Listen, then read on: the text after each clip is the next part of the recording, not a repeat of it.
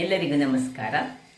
ಇವತ್ತೊಂದು ಬಹಳ ಹೆಲ್ದಿಯಾದ ಸ್ಪೆಷಲ್ ಆದ ಕಡುಬು. ಇದು ನನ್ನದೇ ಒಂದು ರೆಸಿಪಿ. ಈ ಸೀಸನಲ್ಲಿ ಸಿಗುವಂತಹ ಅವರೆಕಾಳು ಪ್ಲಸ್ ಎಳೆಯಾದ ನುಗ್ಗೆ ಸೊಪ್ಪನ್ನು ಬಳಸಿ ಮಾಡಿದಂತಹ ರುಚಿಕರವಾದ ಕಡುಬು. ಅದಕ್ಕೊಂದು ರುಚಿಕರವಾದ ಬೆಳ್ಳುಳ್ಳಿಯ ಚಟ್ನಿ ಯಾಕೆ ಇದಕ್ಕೆ ಮಾಡಬೇಕು ಹೇಳಿದರೆ, ಅದು ಸಹ ನೀರು ಚಟ್ನಿ ಮಾಡಬೇಕು.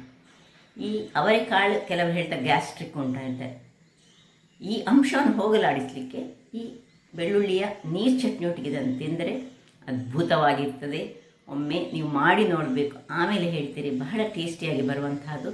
ಕೆಲವು ಇಂಗ್ರೀಡಿಯೆಂಟ್ಸನ್ನು ಹಾಕಿ ಮಾಡಿದಂತಹ ಈ ರುಚಿಕರವಾದ ಪುಂಡಿ, ನಾವು ಕರಾವಳಿಗರು ಪುಂಡಿ ಅಂತ ಕರೆಯೋದು, ಹೇಗೆ ಮಾಡುವುದೆಂತ ನೋಡುವ ಮೊದಲು ಯಾರೆಲ್ಲ ನನ್ನ ಚಾನಲನ್ನು ನೋಡ್ತಿದ್ದೀರಿ, ಯಾರೆಲ್ಲ ಇನ್ನೂ ಸಬ್ಸ್ಕ್ರೈಬ್ ಮಾಡಿಲ್ಲ, ದಯವಿಟ್ಟು ಸಬ್ಸ್ಕ್ರೈಬ್ ಮಾಡಿ ಸಪೋರ್ಟ್ ಮಾಡಿ ಅಂತ ಹೇಳುತ್ತಾ ಬನ್ನಿ ಯಾವ ರೀತಿಯಲ್ಲಿ ಮಾಡುವುದೆಂದು ನೋಡೋಣ. ನಮಸ್ತೆ ಮಿತ್ರರೇ. ಇವತ್ತು ಒಂದು ಸ್ಪೆಷಲ್ ಆದ ಒಂದು ಕಡುಬು, ಅಂದರೆ ನಾವು ಪುಂಡಿ ಅಂತ ಏನು ಕರಿತೇವೆ, ಕರಾವಳಿ ಶೈಲಿಯಲ್ಲಿ ನಾನು ಮಾಡ್ತಿದ್ದೇನೆ. ಅದಕ್ಕೆ ಮಾತ್ರ ಈ ಒಂದು ಅವರೆಕಾಯನ್ನು ಯೂಸ್ ಮಾಡ್ತಿದ್ದೇನೆ. ಪ್ಲಸ್ ಇಲ್ಲಿ ನುಗ್ಗೆ ಸೊಪ್ಪು ಉಂಟು. ಇದು ಆರೋಗ್ಯದಾಯಕವಾದ ಒಂದು ಕಡುಬು. ಈಗ ಮೊದಲಿಗೆ ನಾವೇನು ಮಾಡಬೇಕು ಹೇಳಿದರೆ, ಈ ಒಂದು ಬೌಲ್ ಅಕ್ಕಿ ತರಿಗೆ ಅದರ ಅರ್ಧದಷ್ಟು ನಾನು ಈ ಅವರೆಕಾಳು ತೆಗೆದುಕೊಂಡಿದ್ದೇನೆ. ಸ್ವಲ್ಪ ಹಿಂಗು, ತೆಂಗಿನ ತುರಿ ಬೇಕು, ಮತ್ತು ಇನ್ನು ಏನೆಲ್ಲ ಇಂಗ್ರೀಡಿಯೆಂಟ್ಸ್ ಬೇಕಂತ ಮಾಡ್ತಾ ನಿಮಗೆ ಹೇಳ್ತೇನೆ. ಈಗ ಮೊದಲಿಗೆ ನಾವೇನು ಮಾಡೋದು ಹೇಳಿದರೆ, ಈ ಒಂದು ಅವರೆಕಾಳನ್ನು ಒಂದು ಸರ್ತಿ ಒಮ್ಮೆ ತೊಳೆದುಕೊಂಡು ಮತ್ತು ಇದನ್ನು ಬೇಯಿಸ್ಕೊಳ್ಳೋಣ. ಸೊ ಹೀಗೆ ಸ್ವಲ್ಪ ಒಳ್ಳೆ ಬೀಜ ಎಲ್ಲ ತೆಗೆದ ಮೇಲೆ ನಾನು ಇದನ್ನು ಫ್ರಿಜ್ಜಲ್ಲಿ ಇಟ್ಟಿದ್ದೆ. ಈಗ ಬೆಳಿಗ್ಗೆ ಮಾಡುವಾಗ ಇದನ್ನು ಚೆನ್ನಾಗಿ ಒಮ್ಮೆ ತೊಳೆದುಕೊಂಡು ಹೀಗೆ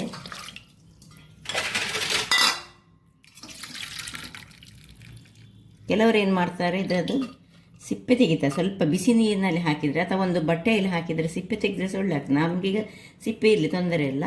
ಈಗ ಇದನ್ನು ಗ್ಯಾಸ್ ಮೇಲೆ ಇಟ್ಕೊಂಡು ನಾವು ಅದಕ್ಕೆ ಸ್ವಲ್ಪ ನೀರು, ಮುಳುಗುವಷ್ಟು ನೀರು, ಮತ್ತು ಸ್ವಲ್ಪ ಉಪ್ಪು ಹಾಗೂ ಸ್ವಲ್ಪ ಹಿಂಗು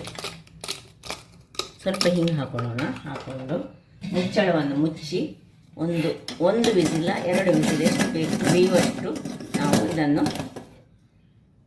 ಇಟ್ಕೊಳ್ಳೋಣ. ಇದು ಬೇಯ್ತಾ ಇರುವಾಗ ಇಲ್ಲಿ ನಾವು ಈ ನುಗ್ಗೆ ಸೊಪ್ಪನ್ನು ಸಣ್ಣದಾಗಿ ಹೆಚ್ಚಿಟ್ಕೊಳ್ಳೋಣ. ಹಾಗೂ ಈ ನೀರುಳ್ಳಿಯನ್ನು ಸಣ್ಣದಾಗಿ ಹೆಚ್ಚಿಟ್ಟುಕೊಳ್ತೇನೆ.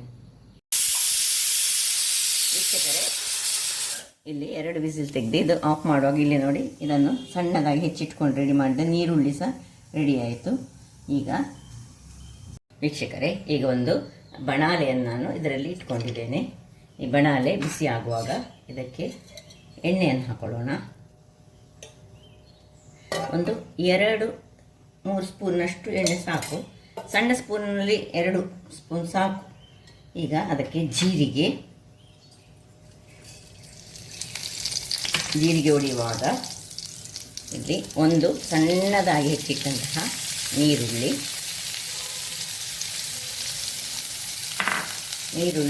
ಸ್ವಲ್ಪ ಬಾಡಬೇಕು. ಅದಾಗುವುದರಲ್ಲಿ ಬಾಡಿಸ್ಕೊಡೋಣ.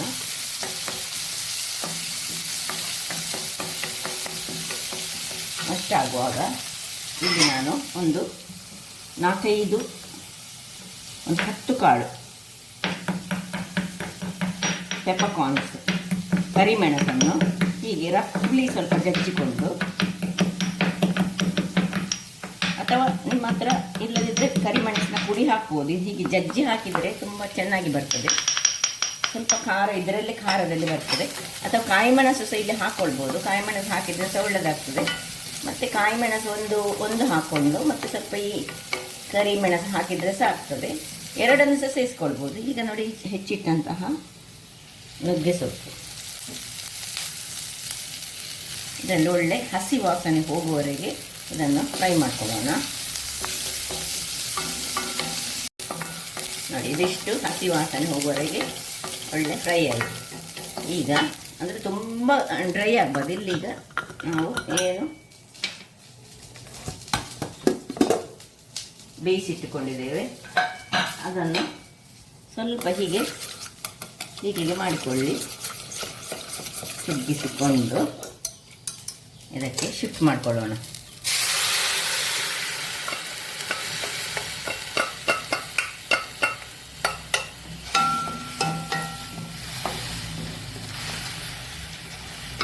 ಮಾಡಿಕೊಂಡು ಆಗ ಆಲ್ರೆಡಿ ನಾವು ಉಪ್ಪು ಇದಕ್ಕೆ ಬೇಯುವಾಗ ಹಾಕ್ಕೊಂಡಿದ್ದೇವೆ. ಇನ್ನು ನೋಡಿಕೊಂಡು ಸ್ವಲ್ಪ ಉಪ್ಪು ಹಾಕ್ಕೊಂಡ್ರೆ ಆಯಿತು. ಸ್ವಲ್ಪ ಉಪ್ಪು ಹಾಕ್ಕೊಳ್ಳಿ. ಇನ್ನು ಒಂದು ಮುಷ್ಟಿಯಷ್ಟು ತೆಂಗಿನ ತುರಿ ಹಾಕಿದಷ್ಟು ಚೆನ್ನಾಗಿ ಬರ್ತದೆ. ಇದು ಒಂದು ಕುದಿ ಬರಲಿ. ಜಸ್ಟ್ ಮುಚ್ಚಳೆಯನ್ನು ಮುಚ್ಚಿಕೊಳ್ಳೋದು ಬೇಡ ವೀಕ್ಷಕರೇ. ಒಂದು ಕುದಿ ಬರುವಾಗ ನೋಡಿ, ಇದನ್ನೆಲ್ಲ ಇದಕ್ಕೆ ಎಳೆದುಕೊಂಡಿದ್ದು ಆಗಾಗುವಾಗ ಇನ್ನು ಒಂದು ಲೋಟದಷ್ಟು ನೀರನ್ನು ನೋಡಿ, ಎಷ್ಟು ನಾವು ತೆಗೆದುಕೊಂಡಿದ್ದೇವೆ ಈ ಅಕ್ಕಿ ರವೆ ಅಂದರೆ ಈ ಇಡ್ಲಿ ಮಾಡಲಿಕ್ಕೆಲ್ಲ ತೆಗೆದುಕೊಳ್ತೇವೆ ನೋಡಿ, ಅಕ್ಕಿ ಹಿಟ್ಟಿನಿಂದ ಮಾಡಿದಂತಹ ಸಣ್ಣ ರವೆ ಇದನ್ನು ತೆಗೆದುಕೊಂಡಿದ್ದೇನೆ ನಾನು. ಸೊ ನೋಡಿಕೊಂಡು ಹಾಕಿದೆ. ಇದೊಂದು ಒಳ್ಳೆ ಕುದಿ ಬರಲಿ ಇನ್ನೊಂದು ಸರ್ತಿ. ಇಲ್ಲಿ ಕುದಿಲಿಕ್ಕೆ ರೆಡಿ ಆಗ್ತಿರುವಾಗ ನಾವು ಇದಕ್ಕೊಂದು ಸ್ಪೆಷಲ್ ಅಂದರೆ ನಾವು ಇದಕ್ಕೆ ಖಾರ ಒಂದು ಚಟ್ನಿ ಬೇಕು ನೋಡಿ. 2-3 ಬ್ಯಾಡ್ಗೆ ಮೆಣಸು ಹಾಕ್ಕೊಂಡು ಇದಕ್ಕೆ 4-5 ಬೆಳ್ಳುಳ್ಳಿ ಬೇಕು ನಮಗೆ. ಅಂದರೆ ಬೆಳ್ಳುಳ್ಳಿ ಅಗತ್ಯದು, ಬೆಳ್ಳುಳ್ಳಿಯ ಚಟ್ನಿ ಹಾಗೆ, ಮತ್ತು ಸಣ್ಣ ತುಂಡು ಹುಳಿ ಮತ್ತು ತೆಂಗಿನ ತುರಿ ಹಾಕಿ ನೀರು ಚಟ್ನಿ. ಈ ಒಂದು ಕಡುಬು ತಿನ್ನಲಿಕ್ಕೆ ಬಹಳ ಚೆನ್ನಾಗಿ ಬರ್ತದೆ. ಇನ್ನು ಸ್ವಲ್ಪ ಉಪ್ಪು ಮತ್ತು ಸ್ವಲ್ಪ ನೀರನ್ನು ಹಾಕಿ ಒಳ್ಳೆ ಫೈನಾಗಿ ಒಂದು ಗ್ರೈಂಡ್ ಮಾಡಿ ತರ್ತೇನೆ. ಬೇಕಾರೆ ನೋಡಿ, ಚಟ್ನಿ ರೆಡಿ ಆಯಿತು. ಇದನ್ನು ಒಳ್ಳೆ ನೀರು ಚಟ್ನಿ ಮಾಡ್ಕೊಳ್ಳೋಣ. ಈ ಕಡುಬು ತಿನ್ನಲಿಕ್ಕೆ ನೀರು ಚಟ್ನಿ ತುಂಬ ಒಳ್ಳೆಯದಾಗ್ತದೆ. ಒಳ್ಳೆ ಫೈನಾಗಿ ಇದು ಯಾವಾಗಲೂ ಹೀಗೆ ತಿನ್ನುವಾಗ ನಾವು ಚಟ್ನಿ ಸ್ವಲ್ಪ ಕೋರ್ಸಾಗಿ ಗ್ರೈಂಡ್ ಮಾಡ್ತೇವೆ, ತುಂಬ ಫೈನ್ ಮಾಡೋದಿಲ್ಲ. ಇದಕ್ಕೆ ಸ್ವಲ್ಪ ಫೈನಾಗಿ ಮಾಡಿ ಒಳ್ಳೆ ಸರಿ ಇದಕ್ಕೆ ಸ್ವಲ್ಪ ನೀರು ಹಾಕಿ ನಾವು ನೀರು ಚಟ್ನಿ ಮಾಡ್ತಾ ಇದ್ದೇವೆ. ಇದಕ್ಕೆ ಬಹಳ ಸೂಟ್ ಆಗ್ತದೆ ನೋಡಿ. ಇದಕ್ಕೆ ಒಂದು ಒಗ್ಗರಣೆ ಕೊಟ್ಟರೆ ಸಹ ಮತ್ತೆ ಇನ್ನೂ ಸಹ ಚೆನ್ನಾಗಿ ಬರ್ತದೆ. ಸೊ ನೀರು ಚಟ್ನಿ ರೆಡಿ ಆಯಿತು. ಇದನ್ನು ಚೆನ್ನಾಗಿ ಕಲಡಿಸ್ಕೊಳ್ಳೋಣ. ಇಲ್ಲಿ ನೋಡಿ, ಇದು ಕುದ್ದಕ್ಕೆ ಈಗ ನಾವೇನು ಮಾಡಬೇಕು ಹೇಳಿದರೆ ನಿಧಾನಕ್ಕೆ ಇದನ್ನು ಹಾಕ್ತಾ ಹೀಗೆ ಕಲಡಿಸ್ಕೊಳ್ಬೇಕು ಅಕ್ಕಿ ತರಿಯನ್ನು. ಅದು ಈ ಕ್ರಮ ನಾವು ಹೇಗೆ ನೋಡಿ ಅಕ್ಕಿ ಹಿಟ್ಟಲ್ಲಿ ನಾವು ಈ ಕಡುಬು ಮಾಡ್ತೇವೆ, ಅದೇ ರೀತಿಯಲ್ಲಿ ನಿಧಾನಕ್ಕೆ ಹಾಕ್ತಾ ಗಂಟಿಲ್ಲದ ಹಾಗೆ ಇದನ್ನು ಒಳ್ಳೆ ಚೆನ್ನಾಗಿ ಇದಕ್ಕೆ 1:2 ಬೇಕು. ಎಷ್ಟು ನಾವು ತೆಗೆದುಕೊಂಡಿದ್ದೇವೆ ಅದರ 2 ಭಾಗದಷ್ಟು ಇದನ್ನು ಚೆನ್ನಾಗಿ ಹೀಗೆ ಕಲಿಸ್ಕೊಳ್ಳೋಣ. ಇದು ಗಟ್ಟಿಯಾಗೋ ತನಕ ಹೀಗೆ ಮಾಡ್ಕೊಳ್ಳೋಣ. ಸರಿ ಗಟ್ಟಿಯಾಗಲಿ. ಒಳ್ಳೆ ಗಟ್ಟಿ ಆಯ್ತು. ಈಗ ನೋಡಿ, ಈಗ ಇದನ್ನು ಆಫ್ ಮಾಡಿಕೊಂಡು ಇಲ್ಲಿ ತಣ್ಣಗಾಗಲಿಕ್ಕೆ ಸ್ವಲ್ಪ ತಣ್ಣಗಾಗುವಾಗಲೇ ಈಗ ನಾವೀಗ ಇದನ್ನು ಉಂಡೆ ಕಟ್ಟಬೇಕು.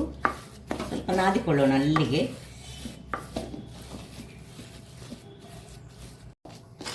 ನೋಡಿ, ಈಗ ಬಿಸಿ ಇರುವಾಗಲೇ ನಾವೇನು ಮಾಡಬೇಕು ಹೇಳಿದರೆ ಇದನ್ನು ಸ್ವಲ್ಪ ಕೈಗೆ ಈ ನೀರು ನೋಡಿ, ಒಂದು ಸ್ವಲ್ಪ ನೀರನ್ನು ಹಿಡಿದುಕೊಂಡು ಕೈಯನ್ನು ನೀರಲ್ಲಿ ಇದು ಮಾಡಿಕೊಂಡು ಇದನ್ನು ಸ್ವಲ್ಪ ಹೀಗೆ ಸಣ್ಣದಾಗಿ ಉಂಡೆಗಳಾಗಿ ನಾವು ಮಾಡ್ಕೊಳ್ಳೋಣ. ಈ ಹೊತ್ತಿನಲ್ಲಿ ನಾವು ಇಲ್ಲಿ ನಾನೊಂದು ಸ್ಟೀಮರನ್ನು ಒಂದು ಬಾಳೆ ಎಲೆಯನ್ನೊಳಗಡೆ ಹಾಕ್ಕೊಂಡು ರೆಡಿ ಮಾಡಿ ಇಟ್ಕೊಂಡಿದ್ದೇನೆ. ಇದು ಬಿಸಿ ಆಗ್ತಾ ಇಲ್ಲೀಗ ನೋಡಿ, ಸಣ್ಣದಾಗಿ ಸ್ವಲ್ಪ ಕೈ ಬಿಸಿ ಆಗ್ತದೆ. ಆಗ ಉಂಡೆಗಳು ನಿಮ್ಗೆ ಎಷ್ಟು ದೊಡ್ಡ ಉಂಡೆಗಳು ಬೇಕು ನೋಡಿ, ಅಷ್ಟು ದೊಡ್ಡ ಉಂಡೆಗಳಾಗಿ ಹೀಗೆ ಉದ್ದ ಶೇಪ್ ಸಹ ಮಾಡ್ಬೋದು ನೋಡಿ. ಒಂದು ಸಣ್ಣ ಹೋಲ್ ಮಾಡಿಕೊಂಡು ಸಹ ಹೀಗೆ ಸಹ ಮಾಡ್ಬೋದು, ಅಥವಾ ಹೀಗೆ ರೌಂಡಾಗಿ ಸಹ ಮಾಡ್ಕೊಳ್ಬೋದು, ನಿಮ್ಮ ಇಷ್ಟ ನೋಡಿ. ಹೀಗೆ ಒಂದೊಂದಾಗಿ ಮಾಡಿಕೊಂಡು ಇಟ್ಕೊಳ್ತೇನೆ. ಸೊ ಎಲ್ಲ ಉಂಡೆಗಳು ನೋಡಿ ರೆಡಿ ಆಯಿತು. ಇವುಗಳು ನೋಡಿ ನೀರಿನೊಟ್ಟಿಗೆ ನಾನು ಮಾಡಿಕೊಂಡೆ. ಇದನ್ನೆಲ್ಲ ಪಕ್ಕಕ್ಕೆ ಇಟ್ಕೊಳ್ಳೋಣ. ಈಗ ಇಲ್ಲಿ ನೋಡಿ, ಇದು ಕುದ್ದಿದೆ, ಒಳ್ಳೆ ಚೆನ್ನಾಗಿ ಉಗಿ ಬರ್ತಾ ಉಂಟು. ಈಗ ಇದನ್ನು ಈ ಬಾಳೆ ಎಲೆಗೆ ಸ್ವಲ್ಪ ನೀರು ಬಂದಿದ್ದರೆ ಇದನ್ನು ತೆಗೆದುಕೊಳ್ಳೋಣ. ಸೊ ಇದನ್ನು ಒಂದೊಂದಾಗಿ ಇದರಲ್ಲಿ ಇಟ್ಕೊಳ್ಳೋಣ. ಎಷ್ಟು ಕಲರ್ಫುಲ್ಲಾಗಿ ಗ್ರೀನ್ ವಿತ್ ವೈಟ್ ಬಹಳ ಚೆನ್ನಾಗಿ ಬರ್ತದೆ. ಸೊ ಇದನ್ನು ಒಂದು 15 ನಿಮಿಷಗಳ ಕಾಲ ಬೇಯಿಸಿ ಸಾಕು. ಆಲ್ರೆಡಿ ಅದು ಬೆಂದುಕೊಂಡಂತಹದ್ದು, ಅದರಿಂದಾಗಿ ನೋಡಿ ಏನು ಚೆನ್ನಾಗಿ ಕಾಣ್ತದೆ ಸಹ, ತಿನ್ನಲಿಕ್ಕೆ ಸಹ ಅಷ್ಟೇ ರುಚಿಕರವಾಗಿರ್ತದೆ. ಅವರೆಕಾಳು ಮತ್ತು ಅದರೊಟ್ಟಿಗೆ ಈ ನುಗ್ಗೆ ಸೊಪ್ಪು ಸೇರಿದರೆ ಅದರದ್ದು ಟೇಸ್ಟೇ ಒಂದು ಅದ್ಭುತವಾಗಿರ್ತದೆ. ಹಾಗಾಗಿ ಒಮ್ಮೆ ಎಲ್ಲ ಇದನ್ನು ಮಾಡಬೇಕಂತ ನಾನು ಹೇಳ್ತೇನೆ. ಆರೋಗ್ಯಭರಿತವಾದದ್ದು, ಮಕ್ಕಳಿಗಂತೂ ಹೇಳಿ ಮಾಡಿಸಿದಂತಹದ್ದು. ಸೊ ಇದನ್ನಿಟ್ಟು ಒಂದು 15 ನಿಮಿಷಗಳ ಕಾಲ ನಾವು ಬೇಯಿಸ್ಕೊಳ್ಳೋಣ. ವೀಕ್ಷಕರೇ, ಇಲ್ಲಿ ನೋಡಿ 20 ನಿಮಿಷಗಳ ಕಾಲ ಆಯಿತು. ಇಲ್ಲಿ ಚಟ್ನಿಗೊಂದು ಒಗ್ಗರಣೆ ಸಹ ಕೊಟ್ಟಿದ್ದೇನೆ. ಈಗ ಬಹಳ ಬಿಸಿ ಬಿಸಿಯಾಗಿ ಉಂಟು. ಒಂದು 5 ನಿಮಿಷ ಇದು ತಣಿಬೇಕು. ತಣ್ಣದ ಮೇಲೆ ನಾವು ಇದನ್ನು ಪ್ಲೇಟಿಗೆ ಶಿಫ್ಟ್ ಮಾಡ್ಕೊಳ್ಳೋಣ. ವೀಕ್ಷಕರೇ, 5 ನಿಮಿಷ ನಾನು ಇದನ್ನು ಹೀಗೆ ಬಿಟ್ಟೆ. ನೋಡಿ ಹೀಗೆ ಜೀರದ ಫ್ಲೇವರ್ ಸಹ ಬರ್ತಾ ಉಂಟು. ಪರಿಮಳ ಅಂತೂ ಸೂಪರ್ಬ್ ಆಗಿ ಉಂಟು. ನೋಡಿ ಹೀಗೆ ಚೆನ್ನಾಗಿ ತಿನ್ನಲಿಕ್ಕೆ ಸಹ ಹಾಗೆ ಚಟ್ನಿಯೊಟ್ಟಿಗೆ ಅಂತೂ ಬಹಳ ಚೆನ್ನಾಗಿ ಬರ್ತದೆ. ನೋಡಿ ಒಂದೊಂದಾಗಿ ಹೀಗೆ ಹಾಕ್ಕೊಳ್ತಿದ್ದೇನೆ. ಸೊ ಇದರೊಟ್ಟಿಗೆ ಈ ಚಟ್ನಿ ಹೇಗೆ ಸೂಪರ್ ಕಾಂಬಿನೇಷನ್. ಸ್ವಲ್ಪ ತಣ್ಣಗಾದ ಮೇಲೆ ತಿಂದರೆ ಬಹಳ ಚೆನ್ನಾಗಿ ಬರ್ತದೆ. ಹಾಗಾದರೆ ನೋಡಿದ್ರಲ್ಲ ವೀಕ್ಷಕರೇ, ಒಂದು ರುಚಿಕರವಾದ ಅವರೆಕಾಳು ಹಾಗೂ ನುಗ್ಗೆ ಸೊಪ್ಪನ್ನು ಬಳಸಿ ಮಾಡಿದಂತಹ ಇನ್ಸ್ಟೆಂಟಾಗಿ ಬೆಳಿಗ್ಗೆ ಮಾಡುವಂತಹದ್ದು ಬಹಳ ರುಚಿಕರವಾಗಿರ್ತದೆ. ಹಾಗಾದರೆ ನನ್ನ ಈ ಕುಕಿಂಗ್ ಚಾನಲ್ ನಿಮಗೆ ಇಷ್ಟ ಆದರೆ ಬೋಳೂರು ಸುವರ್ಣ ಚಾನಲನ್ನು ಲೈಕ್ ಮಾಡಿ, ಶೇರ್ ಮಾಡಿ ಹಾಗೂ ಸಬ್ಸ್ಕ್ರೈಬ್ ಮಾಡಿ ಹಾಗೂ ನನ್ನ ಇನ್ಸ್ಟಾಗ್ರಾಮ್ ಪೇಜನ್ನು ಫಾಲೋ ಮಾಡಿ. ಧನ್ಯವಾದಗಳು.